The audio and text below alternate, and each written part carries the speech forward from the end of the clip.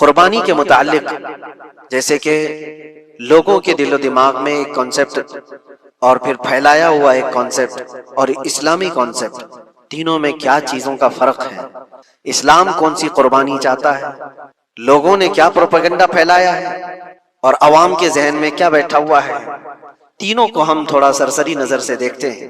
سب سے پہلی چیز تو یہ ہے، اسلام جس قربانی کی بات کر رہا ہے، قرآن میں اللہ فرماتا ہے لن ینال اللہ لحومها ولا دماؤها، نہ تمہارا گوشت نہ تمہارا بہایا ہوا خون اللہ تک پہنچتا ہے، ولکن ینالہ التقوی منکم، بلکہ اس کے پیچھے جو تمہارا تقوی ہے وہ اللہ تک پہنچتا ہے۔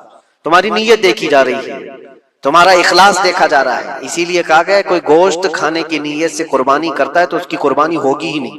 گوشت کی نیت سے اگر کسی نے قربانی کیا اس کی قربانی نہیں، یا پھر اگر ذبح کرنے کے بعد بیچنے کی نیت کیا گوشت میں سے کچھ حصہ، وہ تجارت کی نیت کیا ہوا ہے، تب بھی اس کی قربانی نہیں ہے۔ قربانی صرف وہ ہے جو خالص اللہ کی رضا کے لیے کرے، جو اللہ تعالیٰ نے حکم فرمایا مجھے اور اللہ کریم کے حکم پر عمل پیرا ہوتے ہوئے میں قربانی کر رہا ہوں، اس نیت کے ساتھ جس نے قربانی کیا اس کی قربانی قبول ہے۔ یہ اسلام چاہتا ہے آپ کی قربانی۔ اور لوگوں کے دل و دماغ میں جو اکثر بیٹھا ہوا ہے وہ یہ ہے کہ موسم آ رہا ہے، سب کر رہے ہیں تو ہم کو بھی کرنا چاہیے، اور کچھ لوگ فیشن کے طور پر، کچھ لوگ بچوں کی ضد پر قربانی کر گئے۔ یہ لوگوں کے ذہن و دماغ میں بیٹھا ہوا ہے۔ نہیں میرے عزیزو، جو مالک نصاب ہے اس پر قربانی واجب ہے، یہاں تک کہ اللہ کے نبی صلی اللہ علیہ وسلم نے ارشاد فرمایا استطاعت ہونے کے بعد، مالک نصاب ہونے کے بعد جس نے قربانی نہیں کیا، حضور فرماتے ہیں وہ ہماری عیدگاہ کے قریب بھی نہ آئے۔ حضور اکرم صلی اللہ علیہ وسلم فرماتے ہیں وہ ہماری عیدگاہ کے قریب نہ آئے۔ اس کے لیے دنیا میں یہ وعید ہے تو آخرت میں اس کا عذاب اور ہے۔ تیسری چیز، جو پروپیگنڈا کیا پھیلا ہوا ہے قربانی کو لے کر، ایک بہت بڑا پروپیگنڈا ہے۔ اسلام کے خلاف کچھ بھی بات پھیلانے کے لیے لوگوں کو صرف ایک چھوٹی سی سوئی چاہیے کہ ان کا ایک پھیلایا ہوا یہ پروپیگنڈا کہ لاکھوں ہزاروں اینیملز اس میں کاٹ دیے جاتے ہیں، ذبح کر دیے جاتے ہیں، خون بہایا جاتا ہے، اس کا حاصل کیا ہوتا ہے؟ جیوت چیزوں کو مار دیا جاتا ہے۔ میرے عزیزوں، لوگ یہ باتیں تو صرف اور صرف اسلام کے خلاف کرنے کے لیے پھیلاتے ہیں، جبکہ میں آپ کو بتاؤں دنیا کے تقریباً مذاہب میں قربانی کا کانسیپٹ موجود ہے۔ اکثر دینوں میں وہ الگ الگ انداز ہے، کہیں بلی چڑھانا ہو گیا ہے، کہیں دیوتا کو کچھ پیش کرنا ہو گیا ہے۔ قربانی کا کئی جگہوں پر یہ کانسیپٹ موجود ہے، لیکن کوئی اپنے گریبان میں جھانکتا تھوڑی نہ، دوسرے کے گھر میں جھانکنے کی عادت زیادہ ہوتی ہے۔ اسلام کی قربانی لوگوں کو نظر آتی ہے کہ مسلمان جتنا پریکٹیکل ہے اپنے دین پر، دنیا میں کوئی بھی اپنے دین پر اتنا پریکٹیکل نہیں ہے۔ کوئی بھی اپنے دین پر اس طرح پابندی سے عمل کرنے والا ملتا نہیں۔ جلن اسی بات کی تو ہے کہ کوئی پوسٹر نہیں لگاتے، کوئی اعلان نہیں کرتے، اور جمعہ میں پوری صفیں ان کی بھری نظر آتی۔ کون تمہیں پرچار کر کے جمعہ میں بلاتا ہے؟ وہ خالق کائنات کی طرف سے تمہارا جو لگاؤ ہے، وہ جو تمہیں کھینچ کر گھروں سے مسجدوں میں لاتا ہے۔ فتنوں کا دور ہے، اس کے باوجود جمعہ میں کوئی بھی مسجد ایسی نہیں ہوگی جو خالی پڑی ہوئی۔ مسلمان آج کے دور میں بھی اپنے دین پر عمل پیرا ہے، اور یہ تکلیف کا سبب بن جاتا ہے دوسروں کے لیے۔ اسی طرح قربانی کے ایام آتے ہیں تو کچھ ماڈرن خیالات والوں کو لا کر کے ہمارے درمیان پیش کیا جاتا ہے۔ وہ ایسی میٹھی میٹھی باتوں کے ذریعے سے تمہیں لبھانے کی کوشش کریں۔ اتنے پیسے خرچہ کرنے کے، 40,000 کا 50,000 کا بکرا لینے سے بہتر ہے کسی غریب کو مدد کر دیا جائے، کسی کا گھر بنا دیا جائے، کسی کا راشن پہنچا دیا جائے۔ میاں وہ سال بھر ہم کرتے ہیں الحمدللہ، قربانی کے دنوں میں ہی کیوں؟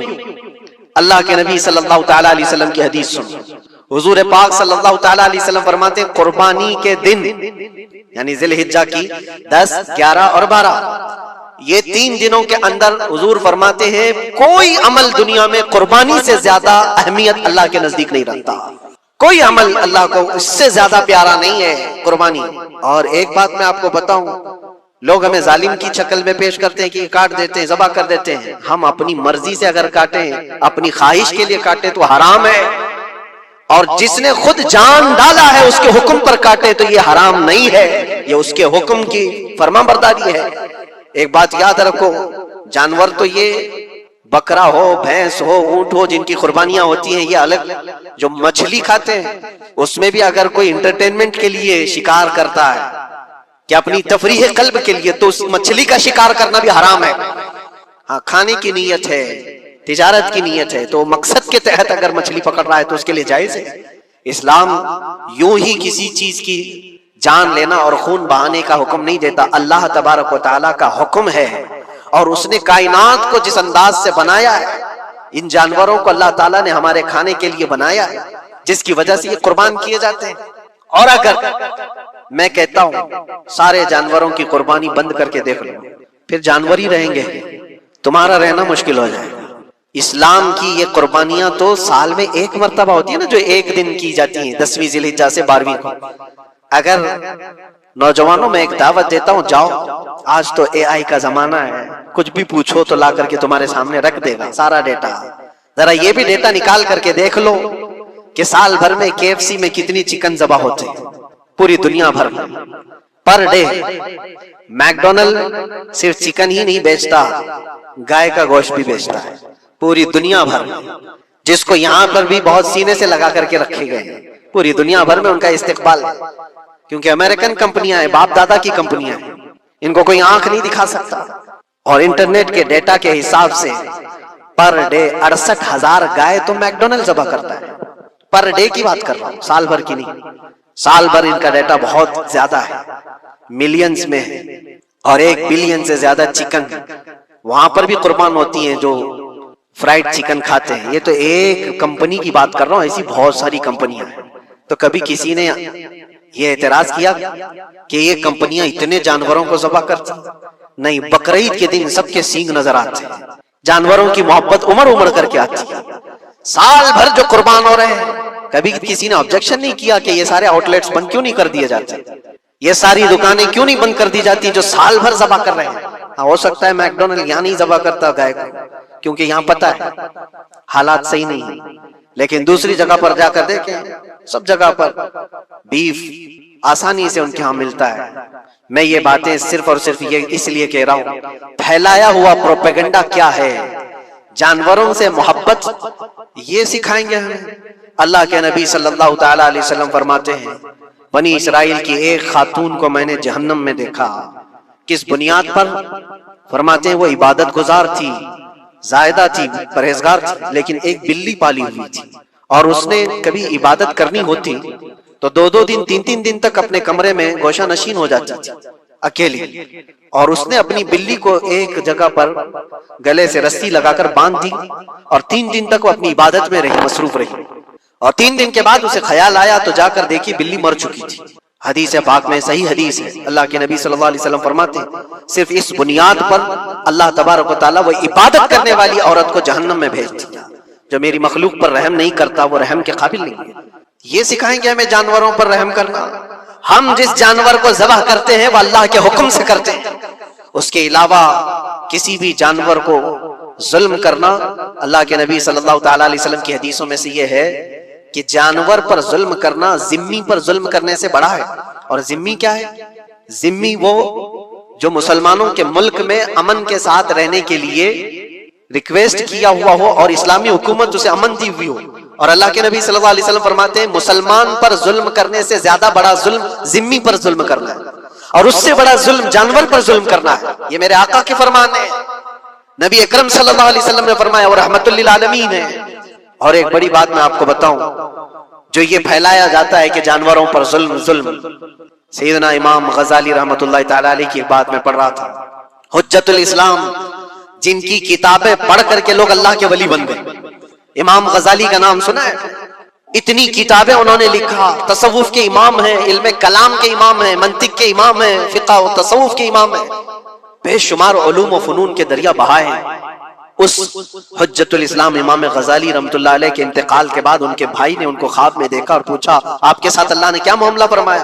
امام غزالی فرماتے اللہ نے مجھے بخش دیا، میری لکھی ہوئی کتابیں، میری عبادتیں، ہزاروں کو جو میں نے پڑھایا وہ شاگرد، یہ ساری چیزوں کی وجہ سے نہیں، بس ایک کام کی وجہ سے۔ پوچھا وہ کون سا کام؟ کہا ایک بار میں کتاب لکھ رہا تھا اور سیاہی میں قلم ڈبو کر کے لکھا جاتا تھا، اور سیاہی جو بنتی تھی وہ پھلوں کے رس سے نکال کر، اور لکڑی کا قلم اس میں ڈبو کر کے لکھا جاتا تھا۔ تو میں لکھ رہا تھا کہ ایک مکھی آ کر سیاہی پر بیٹھ گئی، میں اپنا قلم روک لیا کہ ہو سکتا ہے وہ پیاسی ہو، پی کر چلی جائے۔ کافی دیر تک وہ مکھی اس سیاہی پر بیٹھی رہی، اور پی کر کے جب وہ اڑ گئی تو پھر میں اپنا قلم چلاتا رہا. یہ بات تو زندگی میں آئی اور گئی, میں نے تو اس کو چھوٹا سمجھا تھا, لیکن میری موت کے بعد رب تبارک و تعالیٰ نے مجھے اٹھا کر فرمایا جس نے میری چھوٹی مخلوق پر رحم کیا بس اس نیکی کی بنیاد پر میں تجھے جنت عطا کرتا ہوں. ایک جانور پر رحم کرنے کی بنیاد پر, ایک جانور پر رحم کرنے کی بنیاد پر. اور حدیث پاک میں, صحیح حدیث پاک میں یہ بھی ہے, ایک طوائف تھی جس نے مرتے ہوئے کتے کو بچایا تھا پانی پلا کر, اور اس بنیاد پر اس کی بخشش ہو گئی. طوائف تھی اور رحم کیا جانور پر تو اس کی بخشش ہو گئی. میں اسلام کی وہ چیزیں تمہیں بتا رہا ہوں جو دنیا تمہارے سامنے یہ چیزیں لانے سے عاجز ہے اور قاصر ہے. یہاں تک کہ اللہ کے نبی صلی اللہ تعالی علیہ وسلم نے فرمایا جانور پر اگر تم نے ظلم کیا ہے تو جس طرح سے ظلم کرو گے قیامت کے دن یہ اپنے سینگوں کے ساتھ اپنے کھروں کے ساتھ اٹھے گا اور اسی طرح سے اس کا بدلہ بھی دلایا جائے گا. وہ تمہیں مارے گا قیامت کے دن اور بدلہ لے گا. یہ بھی حدیث پاک میں. جانور پر ہمیں اس کے چہرے پر مارنے کا حکم نہیں ہے, اس کو اس کی طاقت سے زیادہ بوجھ ڈالنے کا حکم نہیں ہے. اللہ کے نبی صلی اللہ تعالی علیہ وسلم کے پاس ایک صحابی آئے, اونٹ پالتے تھے. کہا ایک اونٹ بہت سرکش ہو گیا ہے, اور جب اونٹ سرکش ہو جاتا ہے نا کسی کی کھوپڑی کھینچ لیتا ہے, اب وہ اسی وقت سر کو پکڑ لیا تو آدمی وہیں ختم ہو جائے.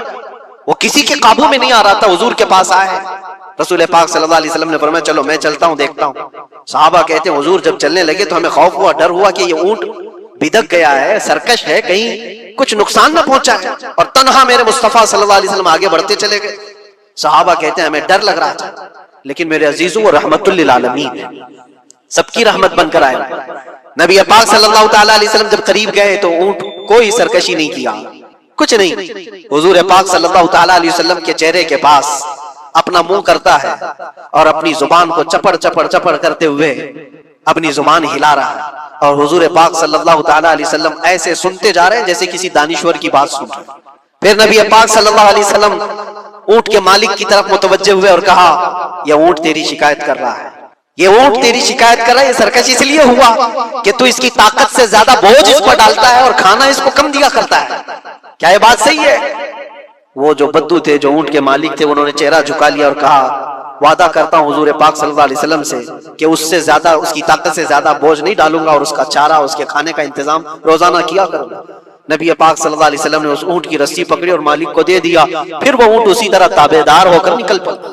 یہ اسلام میں میرے آقا صلی اللہ تعالی علیہ وسلم کا عدل تو دیکھو, ان کی طاقت سے زیادہ کا بوجھ ڈالنے کا حکم نہیں ہے. اور دنیا یہ پروپیگنڈا پھیلائی ہوئی ہے کہ یہاں جانوروں کو کاٹا جاتا ہے. جو ذبح کرنے کا حکم ہے وہ اللہ کے حکم سے. میرے رب تبارک و تعالیٰ نے خود جان ڈالی, ہماری جان کا بھی وہی مالک ہے, جانوروں کے جان کا بھی وہی مالک ہے. اگر اللہ کا حکم نہ ہوتا تو ہمیں چونٹی مارنے کی بھی اجازت نہیں, اللہ کا حکم نہ ہوتا تو ہمیں کسی کو بھی قربانی کرنے کی اجازت نہیں ہوتی. یہ رب تبارک و تعالیٰ کا حکم ہے. تو ظاہر سی بات ہے ہم اللہ کے بندے ہیں. رب تبارک و تعالیٰ جانوروں کی قربانی کا حکم دیا, اس لیے ہر سال بقرعید میں مسلمان قربانی کرتے ہیں. اگر اللہ چاہے تو اپنے بیٹوں کی قربانی کا بھی حکم دے دے, اور دیا ہے رب تعالیٰ نے, اور وہ بھی کر کے دکھایا سیدنا ابراہیم علیہ السلام. اللہ تبارک و تعالیٰ اگر حکم دے تو کیا تم ایسے مسلمان نہیں ہو؟ مسلمان کا مطلب ہوتا ہے سر جھکانے والا اللہ کے حکم کے آگے. یہ نہیں پوچھے گا کہ کیوں ہے اور کیسے ہے. مسلم کہتے ہیں اپنا سر جھکا دیا اللہ کی بارگاہ میں, اس کے حکم کے آگے. اللہ تبارک و تعالی ہماری جانوں کا مالک ہے. اگر وہ چاہتا تو ہماری قربانی کا حکم دیتا, ہمارے اولاد کا, لیکن رب تبارک و تعالی نے یہ سنت ابراہیمی پر پوری دنیا کو ثواب دینے کے لیے جانوروں کی قربانی کا حکم عطا فرمایا. میرے آقا صلی اللہ تعالی علیہ وسلم کے پاس ایک صحابی حضرت زید بن ارقم آئے اور پوچھا یہ قربانی کیا ہے میرے آقا؟ حضور اکرم صلی اللہ علیہ وسلم نے فرمایا جس جانور کی ذبح کی قربانی کرو گے اس کے ہر بال کے بدلے تمہیں اللہ ایک نیکی عطا فرمائے گا. جتنے اس کے جسم میں بال ہوں گے ہر بال کے بدلے اللہ تمہیں ایک نیکی عطا فرمائے گا.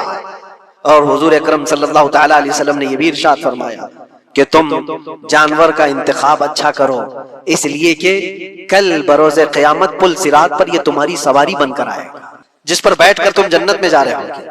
اور لوگ یہ بھی پوچھتے ہیں ہم نے ایک بار قربانی کی ہے تو وہاں سواری کون سی والی آئے گی؟ یہ بھی ملتا ہے روایت میں. تم نے اپنی زندگی میں جو سب سے پہلے قربانی کی ہے اس پر سوار ہوگے, لیکن ہر سال کی قربانی والے جانور بھی سواری بن کر تمہارے ارد گرد آئیں گے, وہ سب ہوں گے. تم انتخاب کرو جس پر سوار ہونا چاہتے ہو. اسی لیے قربانی میں عیب والے جانور کی قربانی جائز نہیں. لنگڑا ہو, لولا ہو, کان کٹا ہوا ہو. کیوں جائز نہیں ہے؟ دنیا تو یہ سمجھتی ہے کٹنے والا جانور وہ ہونا چاہیے جو ریجیکٹڈ ہو. جس کو کاٹا جا رہا ہے وہ دنیا میں کام کے لائق نہ ہو، اس کو کاٹنا چاہیے. دنیا کا یہ کانسیپٹ ہے، دنیا کا تصور یہ ہے. لیکن نہیں، اگر کوئی اپنے استعمال کے لیے کاٹ رہا ہوتا تو میں کہتا ہاں ریجیکٹڈ مال کاٹ لو، لیکن ذبح جو ہم کرتے ہیں قربانی میں وہ اپنے لیے نہیں، وہ رب ذوالجلال کے لیے ہے. اس لیے بندہ یہ دیکھے میں اپنے رب کے حضور کیا پیش کر رہا ہوں.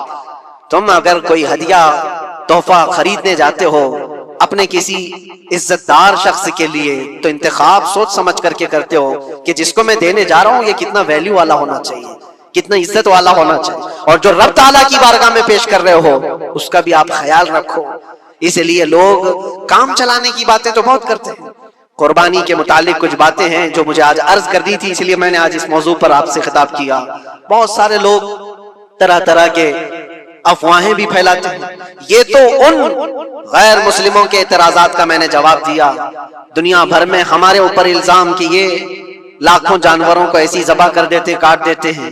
لیکن میرے عزیزو، یہی وہ دنیا ہے جو ایک طرف تو جانوروں کی حمایت اور محبت کی بات کرتی ہے اور دوسری طرف ان کے بڑے بڑے ملٹی نیشنل کمپنیاں جانوروں کو بے دریغ ذبح کرتے ہیں، قتل کر رہے ہیں، کھانے میں بھی استعمال کر رہے ہیں. اور صرف اتنا ہی نہیں، سارے جانوروں کی کھالیں، لیدر کی بیگ، لیدر کے جوتے، لیدر کے بیلٹ، لیدر کی ٹوپیاں، لیدر کے جاکٹ سب بنا کر کے دنیا پہن رہی ہے اور قیمتی چیزوں میں اس کو شمار کیا جاتا ہے. ان سے کوئی سوال نہیں کرتا کہ یہ سب چیزیں کہاں سے تم لائے، یہ سب چیزیں تم کہاں سے لائے. کیا بغیر کسی جانور کے ذبح کیے ہوئے اس کی کھال کا استعمال کرتے ہو؟ لیدر کا استعمال تو ساری دنیا بڑے فخر سے کر رہی ہے، حتیٰ کہ گھروں کے استعمال کرنے والے صوفے اور کرسیوں پر تک استعمال ہے، اپنی بیٹھنے والی گاڑیوں میں کار کی سیٹ پر تک استعمال ہے. تمہارے پہننے والے جوتے، تمہارے پہننے والے بیلٹ، تمہارے پہننے والے جاکٹ، سب جگہ تمہارا استعمال ہے. اور صرف میں یہ نہیں کہہ رہا کہ دنیا میں صرف مسلمان استعمال کرتے ہیں، ساری دنیا لیدر کا استعمال کرتی ہے. یہ لیدر کہاں سے آتا ہے؟ تو یہ دغلا پن، یہ جو ڈبل رول ہے، ڈبل سٹینڈ، ایک طرف حمایت کی بات کرنا اور دوسری طرف بے دریغ ذبح بھی کرنا، یہ سب چیزیں دنیا کو بیوقوف بنانا اور اسلام کے خلاف ایک پروپیگنڈا پھیلانا. لیکن اے مسلمان، ذہن و دماغ میں کسی ایسے ماڈرن کلچر کے ایسا کوئی فریفتہ ہو، اس کی باتوں میں آ کر تم یہ سوچو کہ نہیں اتنے پیسے میں قربانی کے بجائے صدقہ کر دوں، کسی غریب کو دے دوں، ناجائز ہے. تمہارے اوپر سے قربانی کا وجوب ختم نہیں ہوگا، وہ اسی طرح سے باقی رہے گا اور گنہگار بھی رہو گے.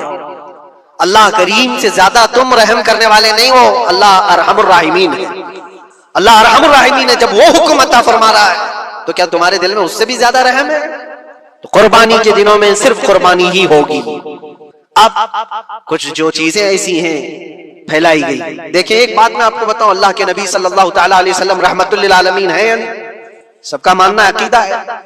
وہ رحمت للعالمین رسول صلی اللہ علیہ وسلم نے خود اپنے ہاتھوں سے قربانی فرمائی، اور ایک دو نہیں، 100 اونٹ آئے تھے جس میں سے 63 اونٹوں کو میرے آقا صلی اللہ علیہ وسلم نے نحر فرمایا. 63 اونٹوں کو خود حضور نے ذبح فرمایا، اور اس کے بعد حضرت علی مرتضیٰ شیر خدا رضی اللہ تعالیٰ عنہ کو دیا، باقی کے اونٹوں کو تم ذبح کرو. نبی پاک صلی اللہ تعالیٰ علیہ وسلم نے یہ جو 100 اونٹوں کو ذبح فرمایا تھا یہ اپنے حج کے موقع پر. اور اس کے علاوہ ایک حدیث پاک میں یہ بھی ہے، حضور اکرم صلی اللہ علیہ وسلم نے جو 2 چت کبرے بکرے ذبح کیے تھے. چت کبرے کس کو کہتے ہیں؟ 2 کلر والے، بلیک اینڈ وائٹ جو ہوتے ہیں، ابلق ان کو کہتے ہیں عربی میں. 2 مینڈے ذبح فرمائے، ایک نبی پاک صلی اللہ تعالیٰ علیہ وسلم نے اپنی جانب سے قربان فرمایا اور دوسرا پوری امت کی طرف سے قربان فرمایا. یہ رسول پاک صلی اللہ تعالیٰ علیہ وسلم کے، اسی لیے تو میں عرض کرتا ہوں میرے عزیزو، ہمارے امام نے سچ کہا، جو نہ بھولا ہم غریبوں کو رضا، یاد اس کی اپنی عادت کیجئے. قربانی سال میں 1 مرتبہ ہو رہی ہے، رسول پاک صلی اللہ تعالیٰ علیہ وسلم قربان کر دیتے اپنے نام سے، وہ تو کیا ہی، لیکن قیامت تک آنے والی اپنی امت کی طرف سے بھی خود اپنے ہاتھ سے قربانی فرمائے. آج امت یہ پوچھتی ہے میرے عزیزو قربانی کے لیے، 1400 سال پہلے تمہارے رسول نے تمہاری جانب سے قربانی کی، اور اللہ نے جس کو استطاعت دی، جس کو طاقت دی، میں یہ چاہتا ہوں کہ تمہارے اوپر جو قربانی واجب ہے اپنی قربانی کرو، ساتھ میں ایک اور قربانی میرے مصطفیٰ کی طرف سے کرو، حضور اکرم صلی اللہ علیہ وسلم کی طرف، جبکہ ان کے احسان کا بدلہ پوری امت نہیں ادا کر سکتی. لیکن ہم ہدیہ تشکر کے طور پر اپنی طرف سے پیش کر سکتے ہیں.